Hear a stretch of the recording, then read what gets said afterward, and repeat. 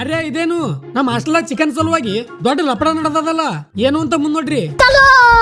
ಇವತ್ತಿನ ದಿನ ಶುರುವಾಗಿದ್ದೆ ಕಾಲೇ ಡ್ರೆಸ್ ಹಾಕೊಂಡು ಮಿಂಚುವಾಗ ನಮಸ್ಕಾರ ಕೃಷಿ ಪೀಪಲ್ ಅಲ್ಲಿಂದ ಸೀದಾ ಡ್ಯೂಟಿ ಮಾಡ್ಬೇಕು ಅಂತ ಬಂದ್ರೆ ಎಲ್ಲರೂ ಡ್ಯೂಟಿ ಮುಗಿಸ್ಕೊಂಡು ಮನಿಗೆ ಹೊಂಟಾರ. ಯಾಕಂದ್ರೆ ನಾ ಬಂದಿದ್ದೆ ಒಂದಕ್ಕ ಜನ್ಮಕ್ಕೆ ಹೋಗೋ. ಅದಕ್ಕೆ ನಾನು ಸೀದಾ ಸಂತೋಷ್ ಹೋಟೆಲ್ ಬಂದೀನಿ ರೈಸ್ ಬಜ್ಜಿ ತಿನ್ನಾಕ. ಅದೇ ಬಿಡದ ತಿನ್ನಾಕ ಹೋಗಿ ಬಾಯಿನೇ ಸುಟ್ಕೊಂಡೆ.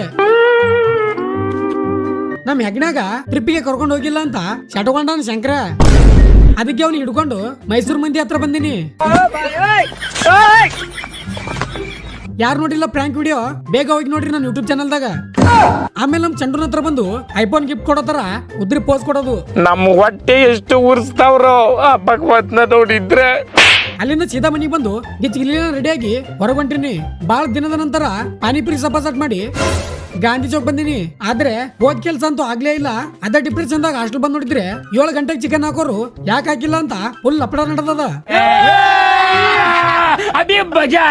ಬಿಡು ಅದು ದೊಡ್ಡದಾಗ್ಬಾರ್ದು ಅಂತ ನಮ್ ಸುರೇಶ್ ಮಾವ ಶವ್ ಅಂತ ಕೆಲ್ಸ ನಡೆಸ್ಯಾನ. ಚಿಕನ್ ಕೊಡಕತ್ತಿದ್ದೆ ತಡ ಜನ ಜಾತ್ರೆನೇ ಆಗಿದೆ. ಅಣ್ಣ ರೊಚ್ಚಿಗೆದ್ದು ಬಕೆಟ್ ತಂದನಲ್ಲ. ನಮ್ ಸುರೇಶ್ ಮಾವ್ ನೋಡ್ರಿ 5 ನಿಮಿಷದಾಗ ಫುಲ್ ಗಿಚ್ ರೆಡಿಯಾಗಿ ಬಂದಾನ. ಆಮೇಲೆ ನಾವು ಬುಟ್ಟೊಳ ಚಿಕನ್ ಹಾಕ್ಸ್ಕೊಂಡು ಒಂದೇ ಪ್ಲೇಟ್ ದಾಗ 4 ಜನ ತಿಂತಾ ಇದೀವಿ. ಎಂತ ಪರಿಸ್ಥಿತಿ ಬಂದದ್ ನೋಡ್ರಿ ನೀವೇ. ಏನು ಮಾಡ್ಲಿಕ್ಕೆ ಆಗಲ್ಲ ಅಂತ ಹಂಗೆ ಸಪಾಸಟ್ ಮಾಡಿದೆ ನಾನು. ನೀವು ಇವತ್ತಿನ ಥಾಟ್ ಕೇಳ್ರಿ, ವಿಡಿಯೋ ಮುಗ್ಸಮ್ಮು. ಎಷ್ಟೇ ಕೆಟ್ಟ ಪರಿಸ್ಥಿತಿ ಎದುರಾದರೂ ಯಾವಾಗಲೂ ಪಾಸಿಟಿವ್ ಆಗಿರಿ. ಕೆಟ್ಟ ದಿನಗಳು ಕಳೆದ ನಂತರ ಒಳ್ಳೆ ದಿನಗಳು ಬಂದೇ ಬರುತ್ತದೆ ಅಂತ ಹೇಳ್ತಾ ಇವತ್ತಿಗಿಷ್ಟೇ. ಇಷ್ಟಾದ್ರೆ ಲೈಕ್ ಮಾಡಿ, ಮತ್ತೆ ಮುಂದೆ ಸಿಗಮ್ಮು. ಜೈ ಹಿಂದ್, ಜೈ ಕರ್ನಾಟಕ. ಮತ್ತೆ